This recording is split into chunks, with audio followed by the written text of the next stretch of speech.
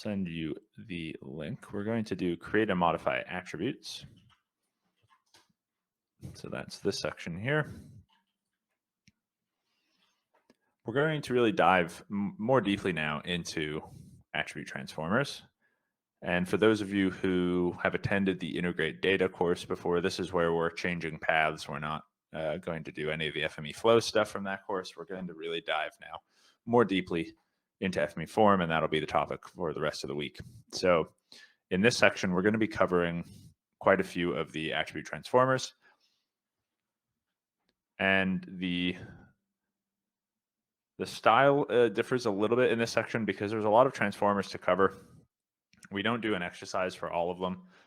So some of these I'll just be sort of going through and giving you an idea of what these different transformers are, what they're good for, how to use them.